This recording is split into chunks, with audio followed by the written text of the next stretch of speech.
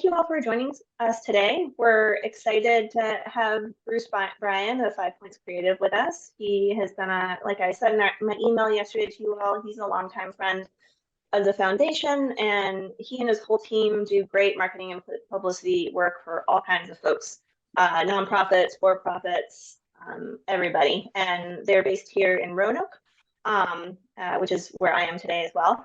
But just glad to have you today, Bruce, to talk about marketing campaigns for development campaigns. And before we get started, I can just share quickly. I know not everyone has access to their a camera or a microphone, but Ronnie is here with us with Floyd Friends of Asylum Seekers.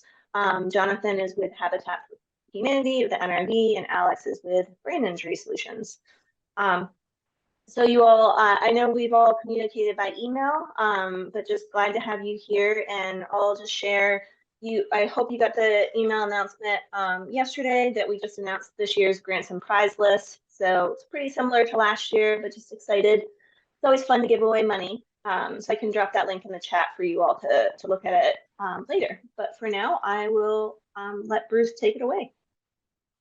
Thank you, Lindsay. And I just wanted everyone to know I appreciate you being on here. And if you're watching it later on, hopefully the information's timeless and that helps you too. Lindsay, I don't know if people have questions or not, but if they do and they chat them in, you can just interrupt me and ask anything that comes up. There were a couple things I was hoping to do a little interactive and that may be challenging under the circumstances. So my number and my email are there. If people have questions and they want to circle back and ask them later on, that's also okay with me, and that'll work. So I want to start by saying, as nonprofits, we have a passion for what we do. And the reason I can say we is I'm the founder and president and bleeding for one nonprofit in Roanoke called the Spot on Kirk, which is a music venue in downtown Roanoke. And I'm a founding board member of the Help Save the Next Girl Foundation with Dan and Jill Harrington and Jane Lillian Vance. And then I'm on the board of directors with Healing Strides of Virginia.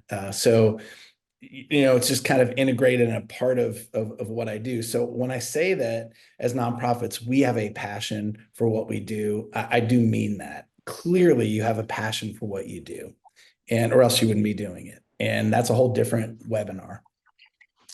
But I think what happens is we tell all kinds of people about our work, right? And we explain, one might say repeatedly, why it's important. So we're constantly sharing about what we do and why it's significant. But you'll notice with that, the focus is typically on what we do and on who we are, right? And so often what we're doing is sending. And it's important. And we're going to come back to that fact at some point here in the near future.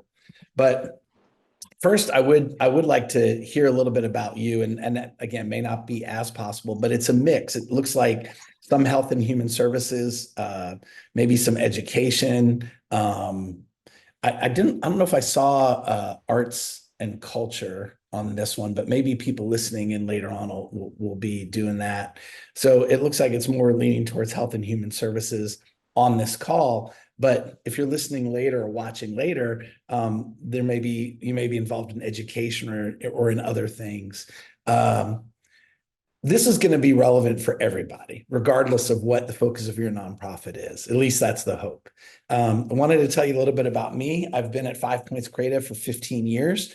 We're celebrating our 15th anniversary next month, but it actually happened last month. So like a good marketing team, we're kind of expanding it, through the year as we should. Before that, I spent 20 years in television and radio. So I was a director of sales and a sales manager at a handful of television stations, mostly in the Midwest, and then here in Roanoke with WSLS.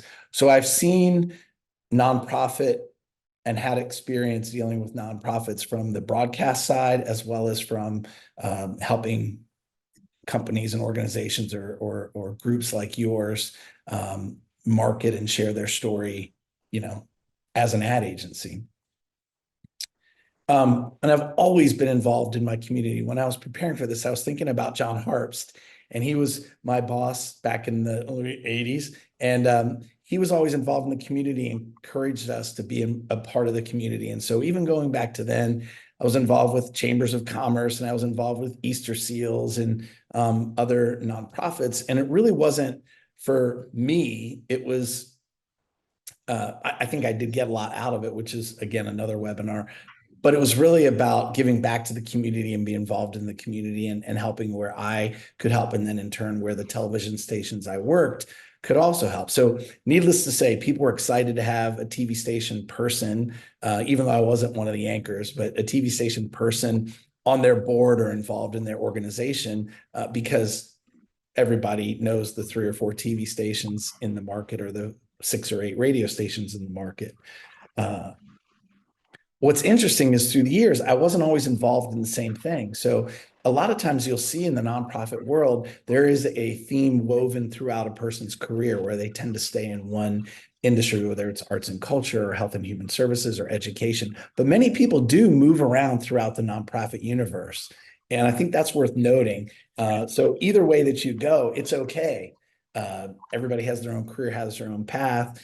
And let's just assume that everybody here is passionate about the nonprofit that you represent. So it doesn't matter if it's a journalistic endeavor or health and human services. You guys can do an arm wrestling match later about why yours is more important than the other. But let's just all agree that it's important for everyone, and kind of go from there.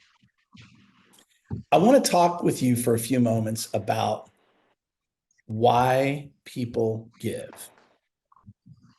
And oops. I want to go back, if I can, and talk to you about why people give. Remember how I said before, people are used to you talking about your organization, right? Or about what you all do and how you help. And that's really important. You're going to want to continue to share that message for a lot of reasons.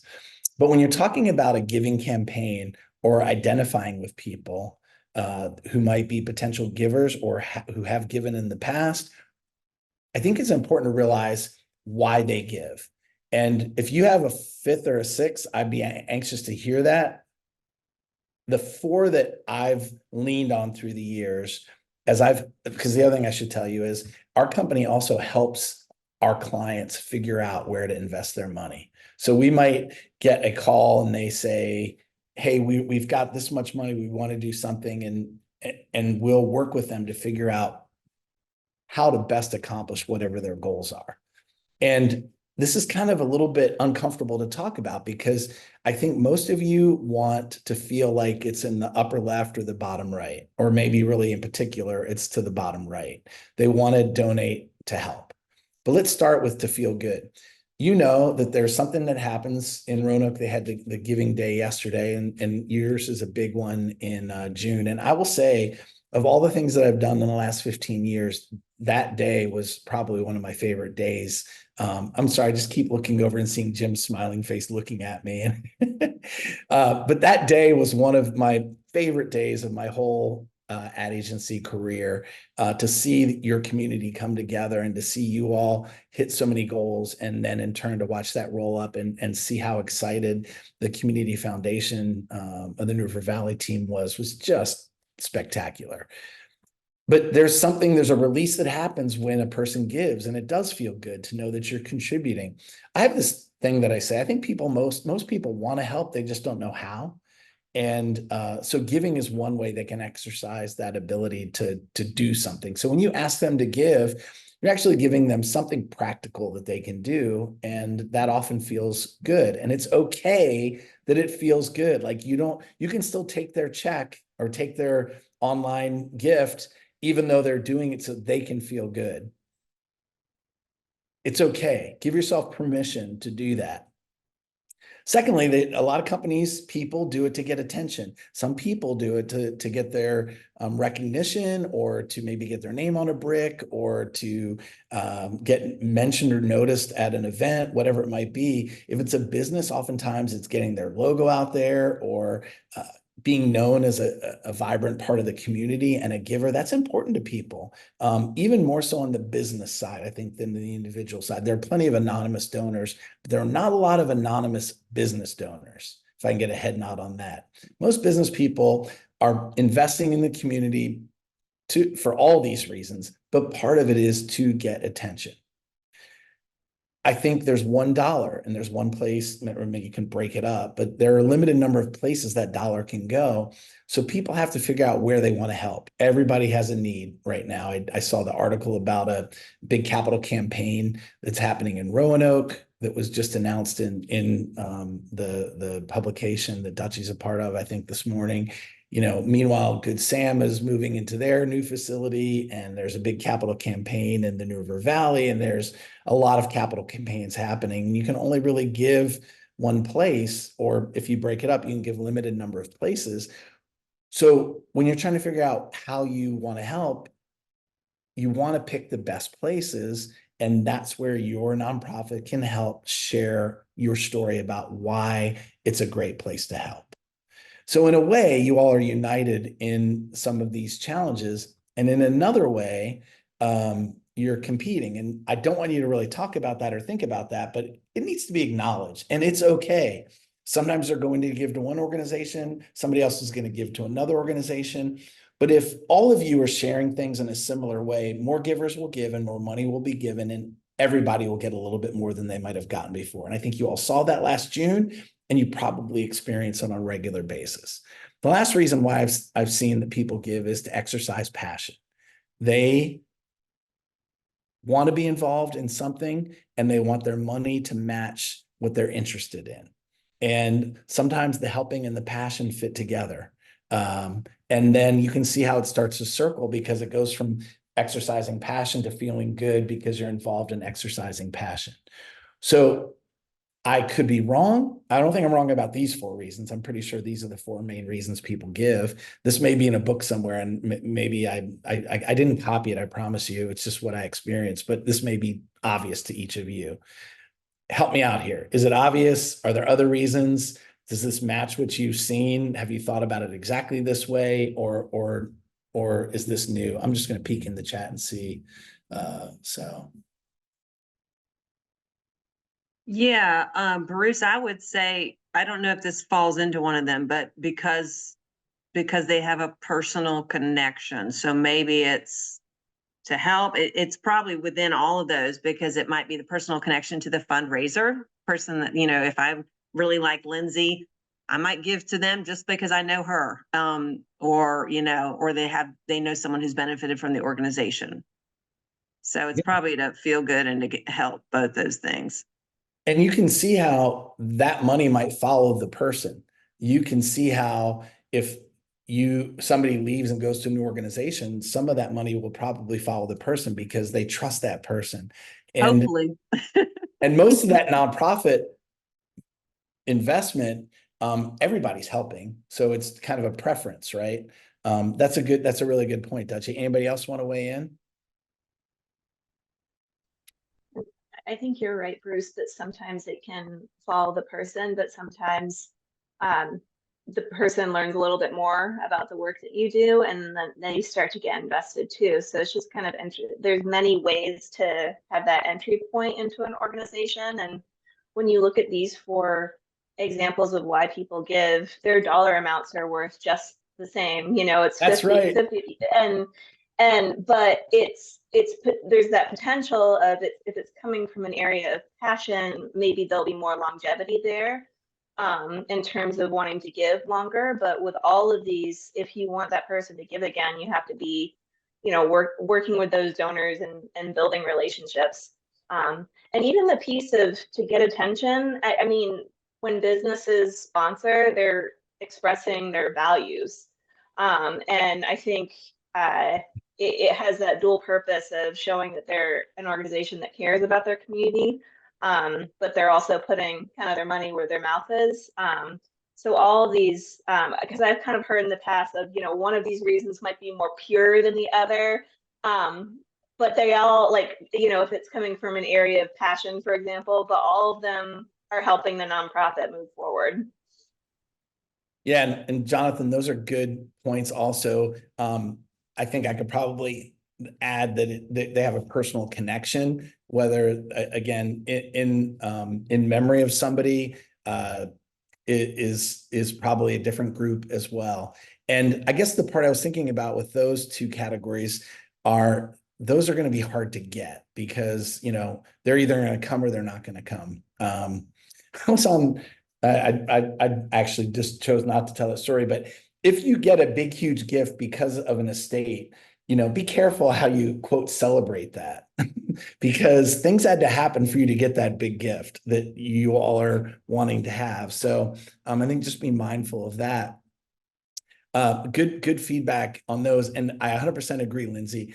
Why they give is important to know because you want your approach and your messaging to match the reasons, but all the money is green and it all will help you achieve your mission. And you're not a bad nonprofit, nor doing something untoward because you took money from a business that wanted to get attention. It's okay. You can do both. You can give them attention and help people. And I just want to give you permission. Because it may be silly, but the money all adds up, right? So what does this mean? How does this impact us? I want to put out to you that I don't want you to change your tune, but I just want you to shape your approach. Okay. So when I say don't change your tune, what I mean is I want you to stay true to your message and true to what it is that is important to you as an organization, but you can adjust your style, your rhythm, or even tweak your language. So we're far enough in that it won't be too embarrassing, but my wife and I actually watch The Voice. And, sometimes performers that perform it exactly the way Stevie Nicks did or the way Eminem did are really cool. But then there's other times where they are doing the same song, but they kind of make it their own. And that seems to make the judges really happy. I don't really know anything about all that. And I'm no music pro in that regard. But sometimes you can make small adjustments that can help translate your message in better ways to the people that you're trying to talk to. And it does not mean a bunch of extra work. It doesn't mean you have to radically shift what you're about. You're not a sellout, any of those kinds of things. But good branding, good messaging too, always meets people where they are, not the other way around. So if you think about really good branding, and it could be my age and you deserve a break today, that is about you. It's not about the hamburger place that you're going to for lunch or not going to for lunch. Just Do It is one that's a newer brand, not new, but compared to that other one. And Just Do It has nothing to do about sneakers or apparel. It has to do with, basically get these shoes and just do it. Your good messaging, is going to resonate more with people if you meet them where they are instead of trying to force them to get to you. So think about that. Stay true to your message, but shift it some to get to people more directly and to help people find their passion and to help identify which of those quadrants those givers are in. Does that help? So the next thing I want to talk about is related to that. And it's a little bit of a secret, but it's a secret that you're very much able and it's cool if you share with other people. Okay. I really want you to focus your effort because one of the things that Lindsay and I talked about is most nonprofits don't have a bunch of people. In fact, I said, we have extra people around here with nothing to do, said no nonprofit ever. So we just have to realize that you're on a limited basis time. And what I want you to do is to do it once and then repurpose it. So find that story and then find a good way to share it on social media and a good way to share it in your email and a good way to share it on your website and a good way to share it in a one-on-one meeting that you have with a potential donor or with a key stakeholder. And I think that's really important because it's going to feed your website. which will increase your visibility with Google. It's going to feed your social media, which is going to make interested volunteers and interested stakeholders and potential board members and givers see that you have something vibrant. And there are software platforms that are not expensive that will allow you to schedule out your posts for a month and will automatically convert them from a Facebook post to an Instagram post, or from other, now automatically you still have to check in and do some work. But the secret is you don't have to come up with something brand new every single time. You just have to find ways to share that core message in different channels, with different approaches, with a slightly different angle, with somewhat different language, or a potentially different image. Okay. And then there's a part, remember where I said earlier on, know your message, stay true to your core, even though you're meeting people where they are, you are sharing what is special about your nonprofit over and over and over again. So it is still important to do that. So I want you to be doing that so that you're painfully communicating. And what I mean by that is you're sharing your message over and over and over again in a way that you're getting tired of hearing it. But about the time you're getting tired of hearing it, somebody's aware that you have something to say. And about the time you're sick and tired of hearing it is about the time they realize what it is you're trying to tell them. And it's infuriating. I own a small company and I'm like, well, I told everybody that last quarter.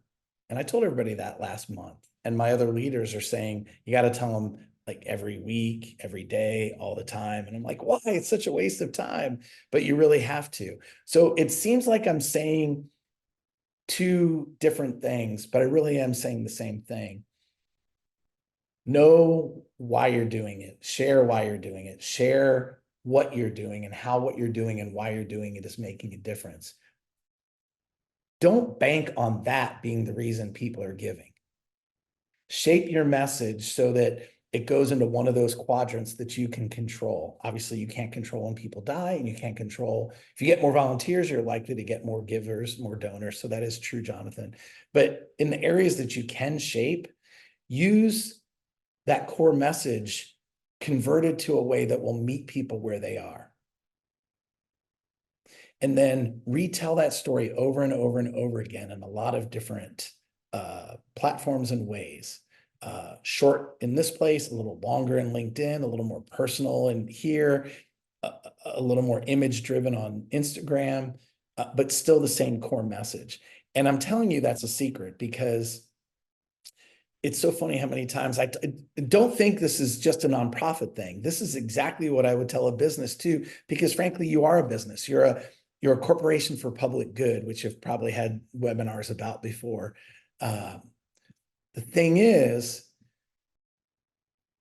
people are always surprised when I say that it's okay to make one thing and repurpose it. That's actually the model. That's the smart way to go. So you're not shortcutting, you're making a smart move to do it once and repurpose it. And I think you should share this with other people on your team, with your board members, with people that other nonprofits, so you can share ideas there too. You don't have to be the only person with a good idea. The ideas come from a lot of different places. All right, so getting to the end here, there's a little bit of an exercise. This may be brand new for some of you, and this may be something that you've seen and heard plenty of times, but think about who it is that you're trying to talk to and shape your messages to them. And it's not like you're going to have 100 different people you're talking to. You might have builders in our area if you're Habitat, or you might have businesses in our area.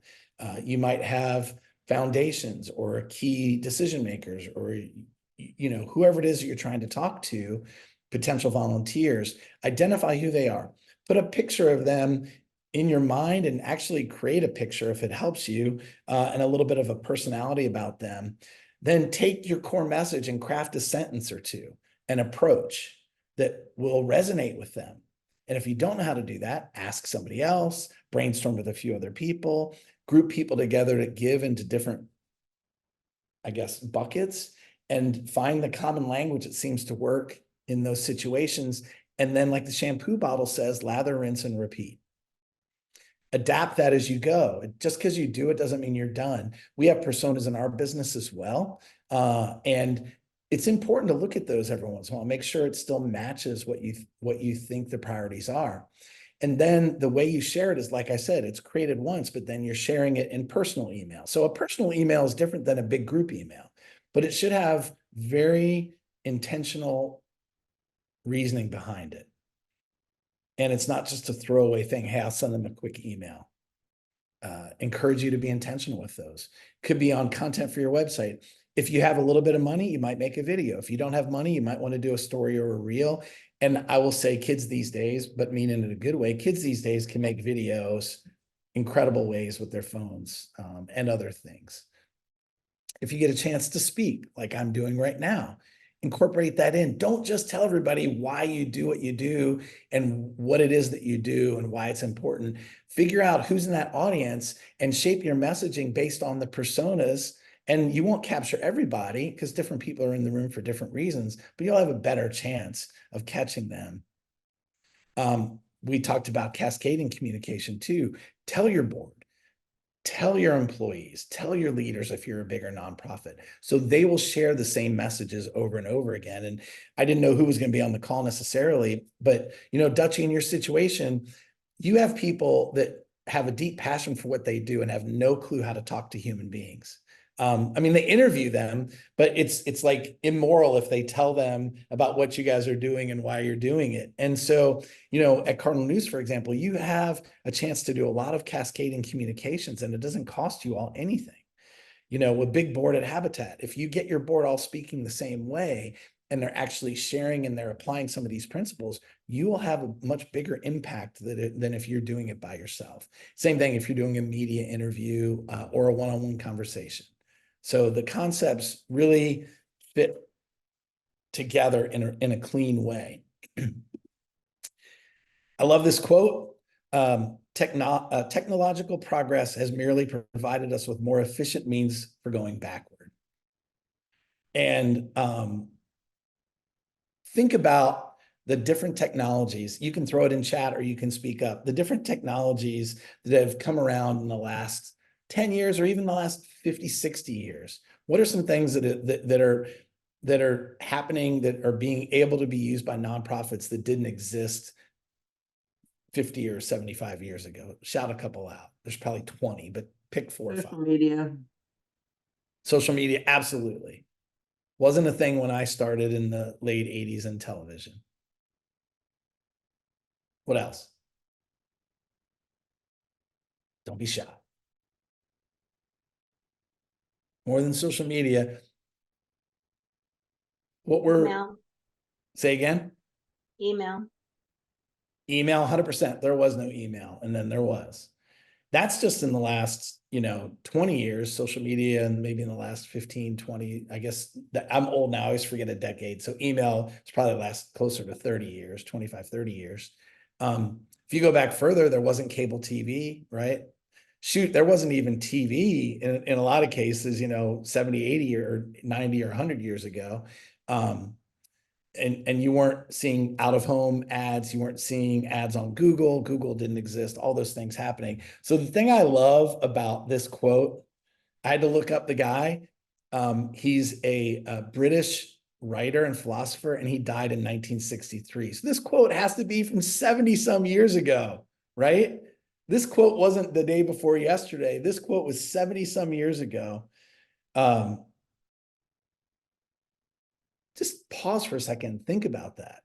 So you can be intimidated by, smartphones, online payments, all that stuff. You can be intimidated by all the new technology, or you can realize in the end, the messaging is the same, no matter what platform it is that you're using the message. So use those tools that are there, but don't be overwhelmed by them. Find ways to simplify that and learn how to streamline it, because you are one person, or your group is small and you have limited resources. Because like I said, we have unlimited resources and people sitting around with nothing to do, said no nonprofit ever. So that's really what I wanted to share with you all. Go to where the people are with messaging that's going to relate to them. Relentlessly share your message, but do it quickly and in a way that will help people understand, not in a way that's going to turn them away from wanting to give. And then find that thing that you want to share, but then reshare it a half a dozen to 10 different ways. You do those things and you'll be well on your way to streamlining your communication and being in a place where you can more comfortably ask for money and be more successful when you do. So I don't know if anybody will have any questions, thoughts. If this is all rudimentary and you're like, why did I just waste this 30 minutes? Or anything else that anybody wants to share? I appreciate you coming. I have a question. Sure. Alex with Brain Injury Solutions. I struggle with figuring out return on investment. I mean, we've done a decent amount with social media, and you can kind of see return on investment with that, but not really. We've done email marketing where you can track that reasonably well, but we've done paid ads on radio. We've put up billboards, and it's a challenge to really figure out what's working, what's not. And I don't know. I think I remember, I have a business degree, but from 20 years ago, and I remember marketing class talking about how people have to see something 5 or 7 times before they actually buy it. So how in the world do we know what's working? And yeah, any advice on that would be appreciated. I can definitely give you advice and I give you input. If I had the answer to that question, I probably wouldn't be on a webinar right now, right?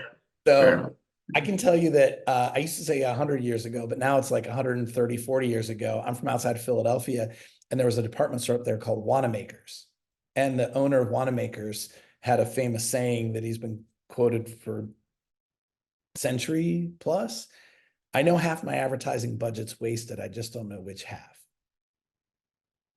So what you're facing, Alex, is the same as what Larry Sheeler or William Farrell at Berglund or the Berglund Center or pick, any other person out there that advertises a lot that comes to mind is it is a challenge. So and it's no different than the for-profit world. You have limited resources. So a couple things you can do. Integrating your message into content is a really good way to ensure that there's more attention. So when we buy media, we tend to do things that are related to news and sports a lot of times because people aren't fast forwarding those things like they are other things. A sponsorship, not to do a plug for Cardinals, but where you have an engaged audience, a sponsorship in places like that can also help cut through. Every platform that's out there has a percentage of people not paying attention to it at any given time. So you're never going to capture everything. But what I would say is, for example, I work with a fair number of retail clients. And when we do print, I say I like to do a 3rd page or larger because I just don't want to be lost. So you don't always need a full page because you pay a premium for the full page. So maybe a 3rd page to a 3/4 page. If you're into radio or TV, you don't always have to be on the biggest station, but where you are, you need to be making an impact. So you're going to have different audiences with a group of nonprofits. Some can't even think about buying TV or radio, and other people are regularly doing it. So, for example, when our company buys cable TV advertising, what they like to do is say, look, we're going to run 20 commercials between 6 a.m. and midnight over these 7 days. And you'll do that. And if you do that over the course of a year, you will get a lot of people. So I'm not going to say that's not a reasonable approach. What I like to do is if I'm going to get 20 commercials, I like to put them on 2 days, right? Or 3 days or a day. And people watch different media, use different media in different ways. That's the other thing. So think about how people are absorbing the media, and you do the best you can to give the best chance to be successful with what you invest. Now, the other trade-off is there is a more immediate return with Google and a more immediate return with social media. But that doesn't necessarily mean that it's more effective. You cannot measure the impact of these messages in simply the direct response of who clicks or who buys right then or who donates right then. There's just no way. I'll give you a quick example. If you see the name, and I know Roanoke's may be different than the NRV, but I think the name's down there too. And you might need a pen for this, but if you see the name SKOOROOD, no, or SK, I don't even know what it is. I wasn't prepared to answer this question. SKROOD, everybody on this call can say Skullroot. But if you drop that name in Duluth, Minnesota, well, they probably know in Duluth, Minnesota, that's not fair. But if you drop this name in Abilene, Texas, you're going to get all kinds of pronunciations. So how is it that you guys know how to say Mark Skullroot's name? And then the next Wash in question is, marketing. does that mean that you're going to call him if you have an accident?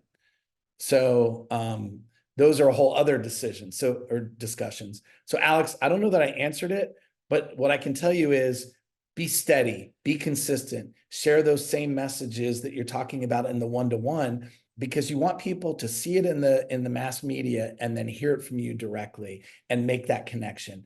And what happens is businesses do the same thing. About the time, just like when I told you, you're gonna get sick of saying it over and over again. About the time you get sick of saying it is about the time somebody realizes you have a car dealership.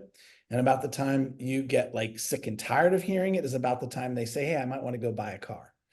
And it is really no different. It's always easier to ask for a donation or for sponsorship or for something if people know you or have heard of you. And that's the same whether you're a furniture store, a bank, or a nonprofit. So put yourself in a place where there's a good chance that people will have heard from you or heard of you and be familiar with you. And still, you're going to feel like, oh man, did I just waste that?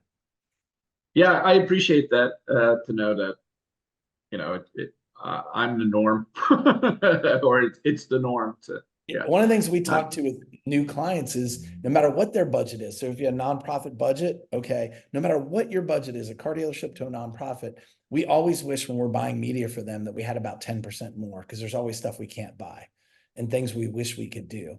So does it help you to know that you're in the exact same position as these people that are spending 10 or 50 or 1,000,000 times more than you are? Hopefully it does, but misery loves company. But it doesn't make it any easier to answer that question, Alex.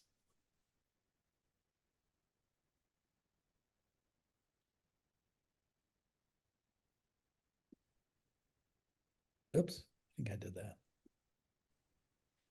Yeah, I'll just second that. And Alex, you're certainly not alone with.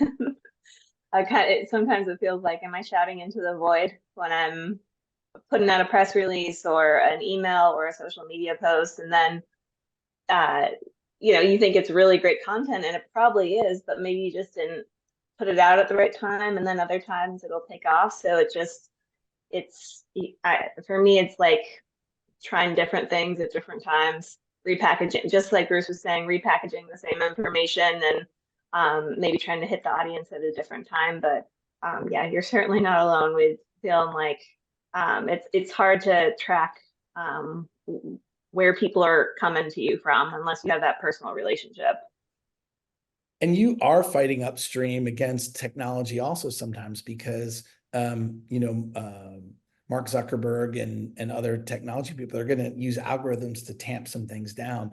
It is okay. Just like, I'm glad you mentioned that, Lindsay. It's okay to repurpose something, to pull something back out, share it in a little bit different way. You're going to be sick and tired of it, and your donors might, but you're going to reach new people. And you're going to be people that didn't see it the first time and can see it this time, especially if you have limited resources. It's a good shortcut. It's easier to do if you're looking at things a month at a time and not a day at a time or a week at a time. For sure. Hey, Lisa, did you have a question you wanted to share? I was just going to say that one of the things that I've done occasionally, and I should do it consistently, to Bruce's point, is that whenever you have an interaction with somebody new for your nonprofit, we should be asking in an email or personally one-to-one, any ways we can, how they heard about us. So going back to, Alex's question, we can get a little bit of data. And then the other thing in our case, somebody posted on social media this week, and we had a complete dry spell as far as people applying to the time bank, and now all of a sudden there's 4. And I'm thinking, why? And it's because there was this post that caught somebody's eye. So there was a direct feedback loop that we could see some impact, because there had been nothing and we really hadn't posted a lot before then. And you could do the same thing next week and not get the same result. And that's frustrating and it's hard, and I get it. But this is one thing I tell business people all the time, and you are, I hate to say it, but you're also business people. You have a system for hiring a person. You have a system for onboarding a person. You have a system for paying a person. You have a system for evaluating a person. You have a system for making deposits and balancing your books, and a system for this and a system for that. And I can go broader than marketing. Let's say communications and marketing. Well, let's just wing it. You are not alone. A lot of people just wing it, but that doesn't mean it's the right thing to do. Have a system, and don't bite off more than you can chew, but start somewhere. Start with a small system and then build a bigger system. And to that point, Bruce, I think do a few things well, or even just 2 things well, as opposed to jumping on the next technology that comes out, like a new social media platform or something. And it's not that that's wrong, it's just, but do you have the capacity to do it? And there's nothing wrong with just focusing on one social media account if that's where your audience is. So trying to do that. Yeah, sometimes doing like the scatter shot, trying to post everywhere and do all the things. If you have a team that can do that in a cohesive way, go forth and do it. But again, I think sometimes doing a couple things can have a really big impact. Yep. Well, hopefully it was helpful, Lindsay, and thanks for inviting me. And if people want to pull on some of those strings and have a different conversation, let me know, and I'm happy to help out when I can. Okay. For sure. Thanks so All much, right. Bruce. Any other questions before we drop off about this or anything else GiveLocal related? Okay, I think you all know where to find me, so just reach out as needed. But good to see you all, and thanks again, Bruce. We appreciate you. You're welcome. Thank you, guys. Keep doing All right. what you're doing.